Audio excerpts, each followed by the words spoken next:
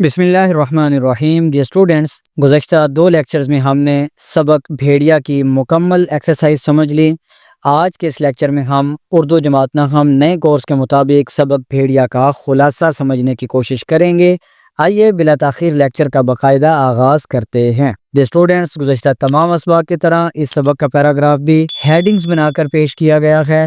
Paper point of view سے heading بنانا درست نہیں ہے۔ آپ نے پیپر میں ہیڈنگ نہیں بنانی، صرف اور صرف پیراگرافز کی شکل میں خلاصہ لکھنا ہے۔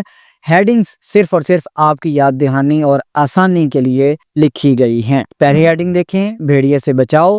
یہ کہانی ایک ایسے شخص کے گرد گھومتی ہے جو ایک خوفناک بھیڑیے سے بچنے کے لیے ایک درخت پر چڑھ جاتا ہے۔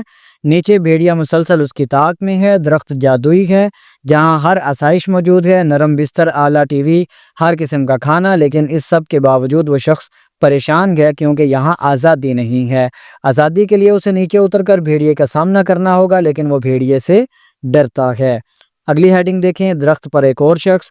رات کے وقت وہ خوفناک خواب دیکھتا ہے اور دن میں بھی ذہنی اذیت کا شکار رہتا ہے۔ ایک دن ایک دوسرا شخص بھی اسی درخت پر چڑھ آتا ہے جس کے نیچے بھی ایک اور بھیڑیا ہے۔ دونوں خوفزدہ ہو کر آسائشوں میں چھپے رہتے ہیں، لیکن یہ آسائشیں اب بوجھ بن چکی ہیں۔ اگلی ہیڈنگ دیکھیں، درخت سے اترنے کا فیصلہ۔ بالآخر وہ دونوں فیصلہ کرتے ہیں کہ نیچے اتریں گے اور اپنے اپنے بھیڑیے سے لڑیں گے۔ دوسرا شخص ہمت کر کے کود جاتا ہے اور ایک چھوٹی سی شاخ سے اپنے بھیڑیے کو مار دیتا ہے۔ وہ آزاد ہو جاتا ہے، لیکن پہلا شخص خوف کی وجہ سے کودنے کی ہمت نہیں کرتا۔ اگلی ہیڈنگ، درخت اور بھیڑیے میں تبدیلی۔ وقت گزرتا ہے اور اچانک درخت چھوٹا اور بھیڑیا بڑا ہونے لگتا ہے۔ یہ تبدیلی اسے بتاتی ہے کہ اب مزید مہلت نہیں ہے۔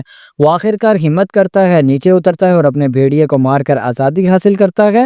وہ خوشی سے جھوم اٹھتا ہے۔ اور مزید درخت اور بھیڑیے، اگلی ہیڈنگ ہے، جب وہ ارد گرد دیکھتا ہے تو حیرت میں پڑ جاتا ہے کہ ہر درخت پر کوئی نہ کوئی شخص بیٹھا ہے جو اپنے بھیڑیے سے خوف زدہ ہے۔ اب وہ شخص ہنستا ہے اور ان لوگوں کی طرف بڑھتا ہے تاکہ انہیں بتا سکے کہ وہ بھی اپنے خوف پر قابو پا کر آزادی حاصل کر سکتے ہیں۔ ڈیئر اسٹوڈنٹس، آج کے لیکچر میں ہم نے حصہ نثر کا آخری سبق بھیڑیا کا بھی خلاصہ سمجھ لیا۔ اگلے لیکچر میں انشاءاللہ ہم حصہ نظم کی جو باقی نظمیں ہیں ہماری حمد اور نعت کے علاوہ، ان کی ایکسرسائز اور خلاصے کی طرف بڑھیں گے۔ تب تک کے لیے اپنا بہت سارا خیال رکھیے گا۔ اجازت دیجیے، اللہ حافظ۔